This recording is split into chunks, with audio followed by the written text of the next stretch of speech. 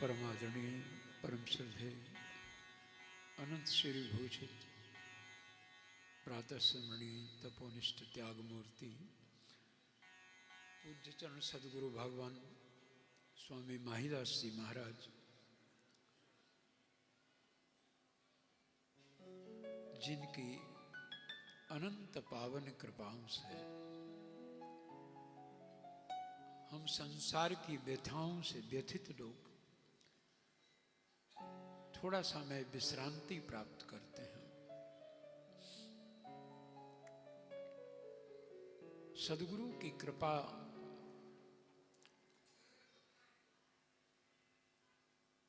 के बिना सत्संग संभव नहीं है।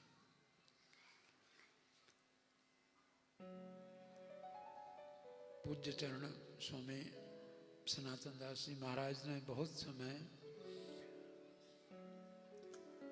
श्रेष्ठ भजनों से आनंदित किया।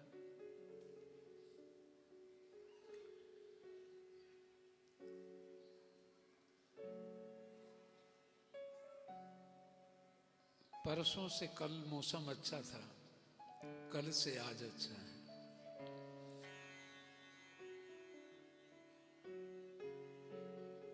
अभी ये तो मौसम तो परमेश्वर बनाता है ना, जैसे तो इस समय में विलंब भी हो जाता इस ऐसे मौसम।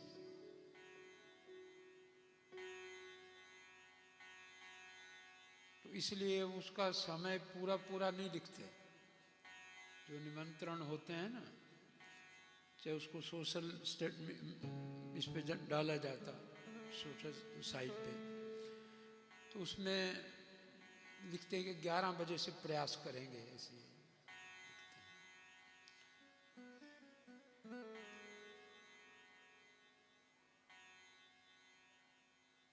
कई बातें होती हैं वो परमेश्वर की तरफ से निश्चित होती है। जीव जन्म लेता है, जन्म से पहले उसकी सब व्यवस्थाएं परमेश्वर करते हैं, रहने की, खाने की व्यवस्था सब। और जीव सोचता है कि मैं प्रयास करता हूं, ये संसार मेरे करने से है, मेरे चलाने से है, मैं चला रहा हूं। करता तो वही है। और जीव सोचता है कि मैंने किया, मैंने किया। कभी रुदन करता है, कभी प्रसन्न हो जाता है, कभी दुखी होता है, ऐसा ना होता, ऐसा ना होता, ऐसा हो जाता है। परमात्मा की भी गलतियां निकालता है, अपनी भी गलतियां निकालता है। ये गलती हो गई जीवन में, ऐसा ना होना चाहिए था। लेकिन कई जन्मों से, जन्म जन्म से जीव व्यथित है। और व्यथा को समाप्त करने का एक ही साधन है, परमात्मा की कथा।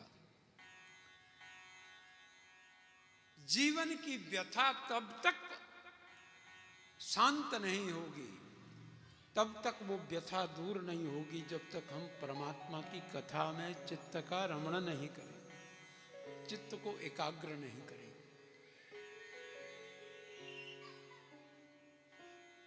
ऐसे ऋषि महाराज आश्रम में रहते और एक सम्राट ने कहा कि महाराज मुहूर्त बतलाइए।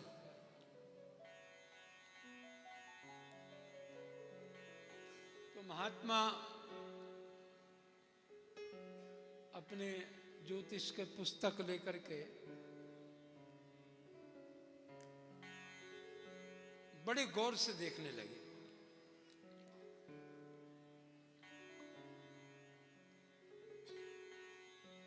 दो चार पन्ने इधर पलटे, दो चार पन्ने इधर। और महात्मा भी कोई साधारण नहीं।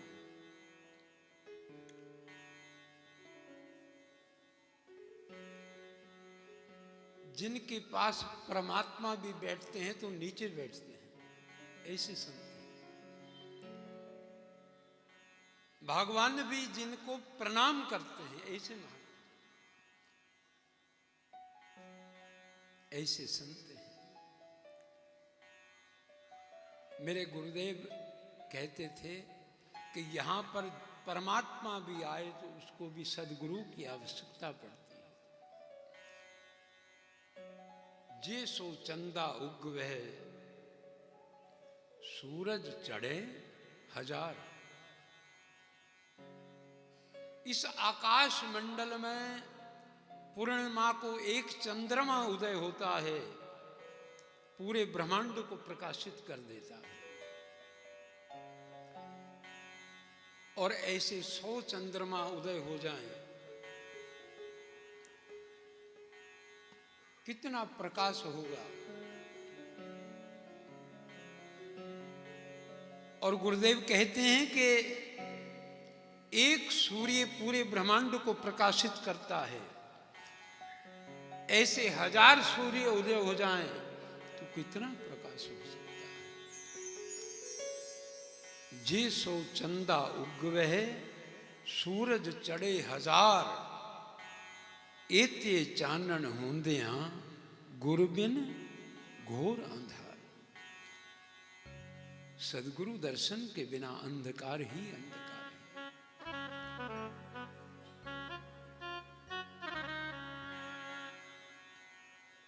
सदगुरु दर्शन हो जाए, संत दर्शन होते ही सुनिश्चित हो जाता है कि अब भगवंत दर्शन अवश्य होगा। जीवन में यदि संत का दर्शन हो जाए तो सुनिश्चित है कि अब भगवंत का दर्शन होने वाला है।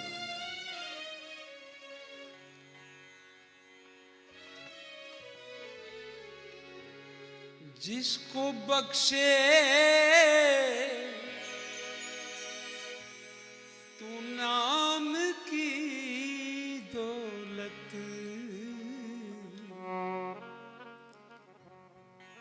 पायो जी मैंने नाम रतन धन पायो।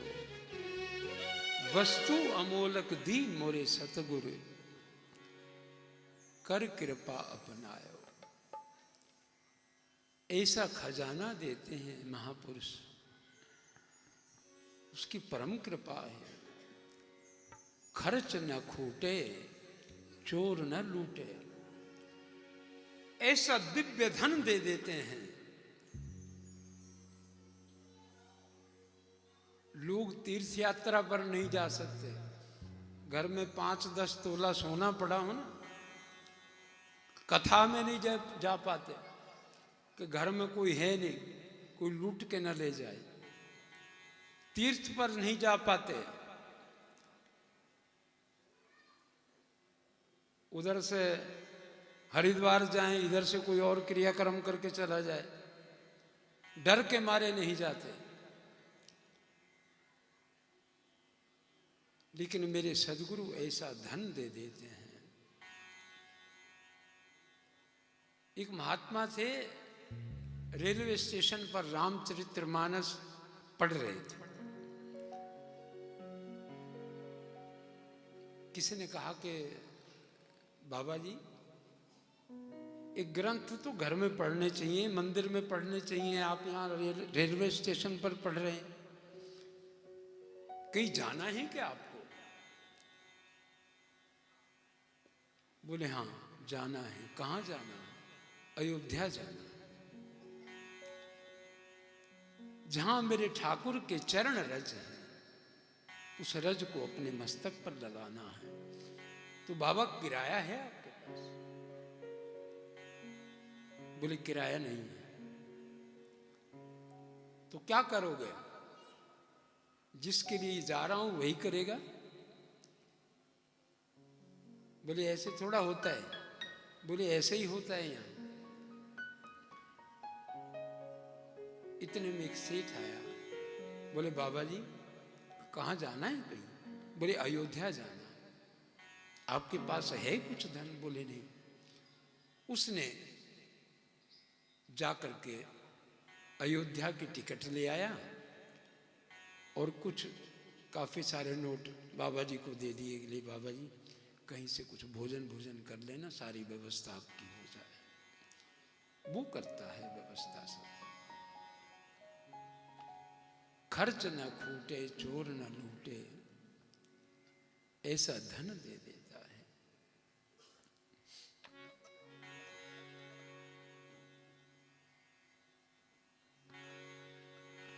जिसको बख्शे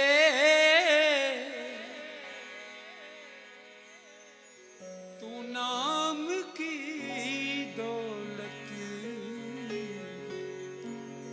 कौन कहता गरीब होते हैं, कौन कहता गरीब होते हैं। वो बड़े खुश नसीब होते हैं, वो बड़े खुश नसीब होते हैं। आप जिसके करीब होते हैं, आप जिसके करीब होते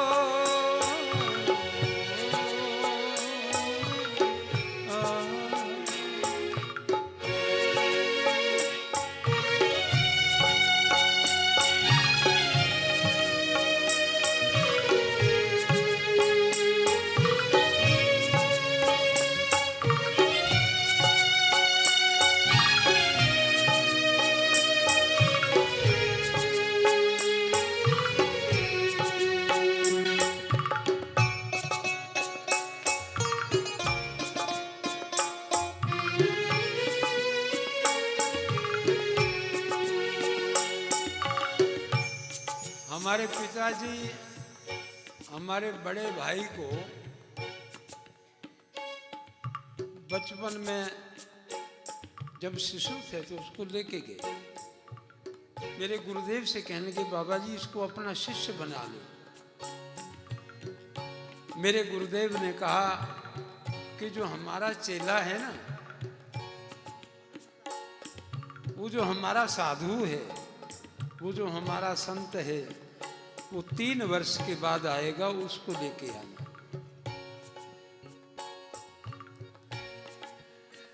मेरा मिलना और आपसे मिलना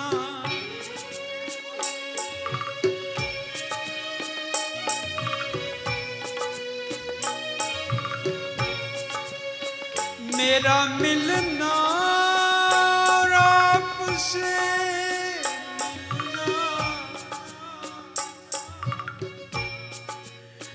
मेरा मिलना और आपसे मिलना किसके ऐसे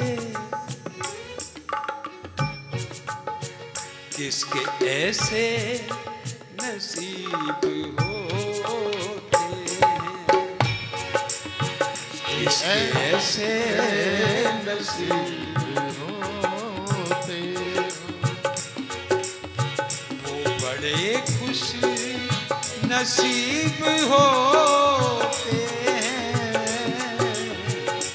बड़े खुश नसीब होते हैं। आप जिसके करीब होते हैं, आप जिसके करीब होते हैं।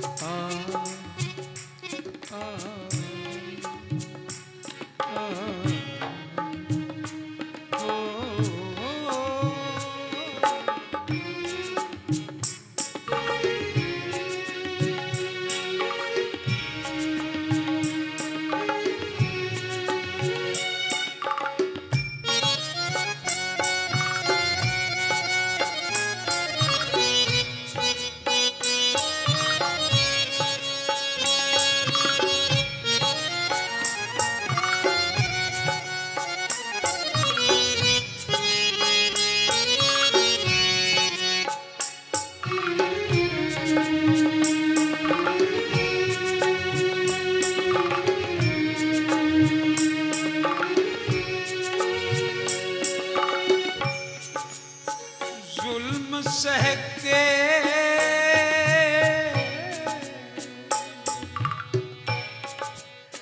जो उफ नहीं करते,